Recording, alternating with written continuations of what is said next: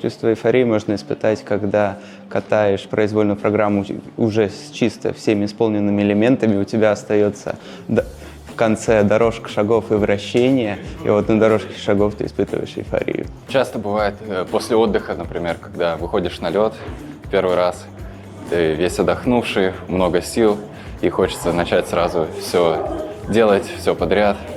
Вот, хочется тренироваться, и вот это, наверное, чувство можно назвать эйфорией. Поток невероятных эмоций, пусть будет так. После соревнований отпускают, если они еще удачные, скажем так. Вот там такое, знаете, спокойствие, умиротворение чувствуется, и, наверное, оно. Бывает такое, что когда приезжаешь на соревнования и не можешь, скажем так, найти свой какой-то ритм, вот тогда ты эйфорию не испытываешь. А когда вот ты прилетел, и все идет вот как надо, и это ощущение, которое как бы тебя немножечко захватывает, и оно может еще продлиться там пару дней после соревнований. Поэтому у меня обычно на соревнованиях случается, на хороших. Когда кажется, что вообще все возможно, все ты можешь. Состояние чрезмерной радости, я бы сказал бы.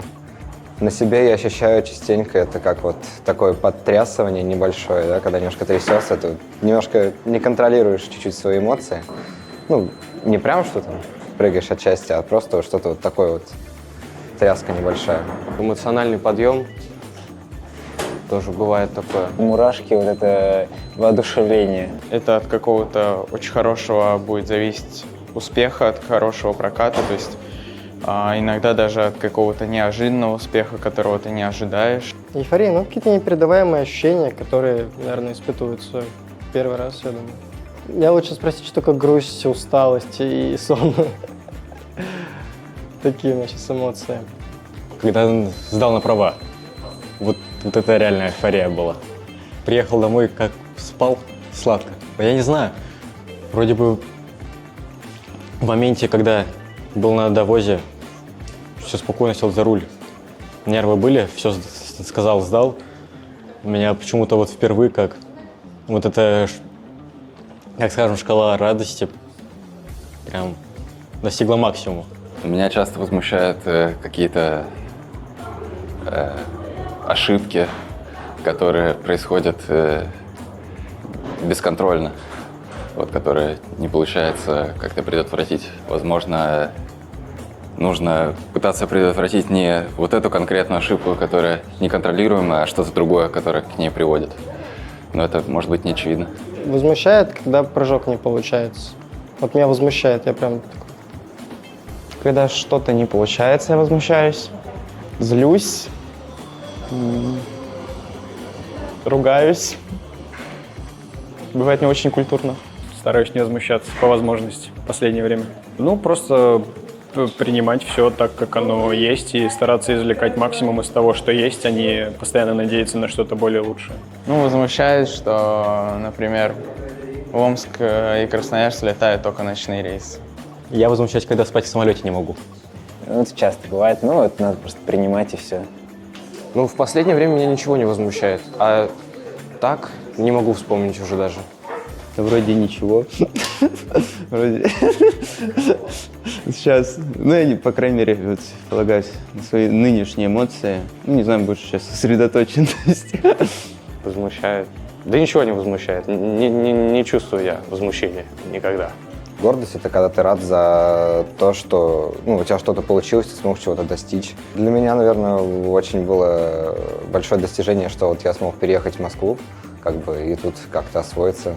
И я считаю, это, наверное, последним своим большим достижением. Чувство удовлетворения по поводу своих достижений. Когда на тренировку рано утром, я горжусь, что я проснулся вообще и до нее дошел.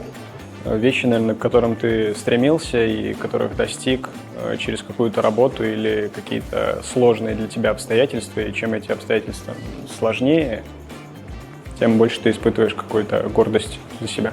Гордость за свое выступление чаще всего испытываю, когда удается хорошо, успешно показать свои программы, хорошо, успешно выступить. Наверное, воодушевление в себе вот от достижения цели.